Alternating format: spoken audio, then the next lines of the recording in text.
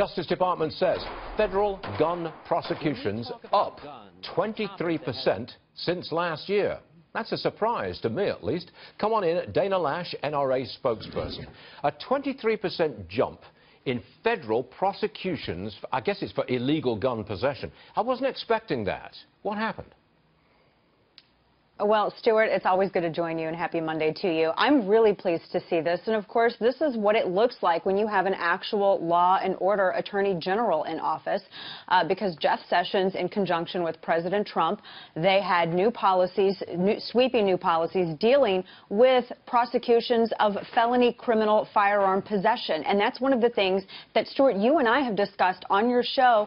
For example, in Chicago, where you had prosecutions for felony gun crimes. Why didn't the Obama administration do this? I mean, surely they were opposed to illegal gun possession, so why on earth didn't they do it? Right? That's the million-dollar question. I would love to ask the former president why we didn't see this increase, because they were, remember, they were that was the gun control administration. He was the gun control president, but yet law and order has not happened until this administration. This is something that we've discussed. This is something that we've been waiting to see. I knew something like this was going to take place with Attorney General Jeff Sessions. And remember, back in June, they announced that task force, Stuart, that they were going to send 20 additional officers for the Attorney General, for this task force to Chicago to help rein in some of this crime, and also make sure that these judges that are sentencing for felony cases for criminal gun possession, that it was meeting minimum mandatory. Remember, Chicago PD Superintendent Eddie Johnson was saying that it's the same 1,400 prohibited possessors driving over 85% of Chicago's crime, and they're tired of catching and recatching these repeat offenders. Now we're going to see something different. By the way, 29 shot in Chicago over the weekend, 2 dead. But I want to move on to the NRA ads. You're in them. You've been getting a lot of criticism in the media.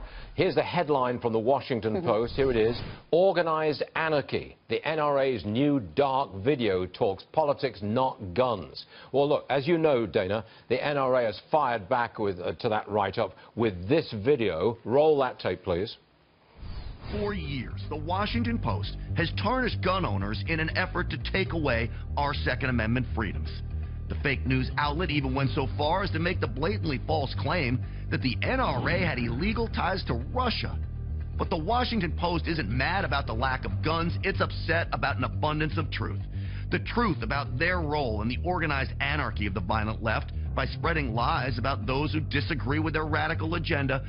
Well, Dana, that's pretty strong stuff, and I know that the Washington Post picked on you. You wrote a response to the Washington Post. My question is, do you think they'll print it? I don't know. I gave a response to them over the weekend because they're preparing to do a hit piece on me concerning government regulating private firearms storage, and I made the remark on NRA TV that I don't believe in penalizing the innocent law-abiding for the actions of criminals, and because it's victim shaming. It's the exact same logic, and they ran off on some crazy rant with it. Because they're taking their marching orders from Media Matters, we'll see if the Washington Post prints my response in full. But to the point of this particular video, Stuart, the Washington Post, where truth dies in darkness, the Washington Post has a problem when the NRA talks about guns. The Washington Post, Stuart, has a problem when the NRA doesn't talk about guns. The Washington Post simply has a problem with guns.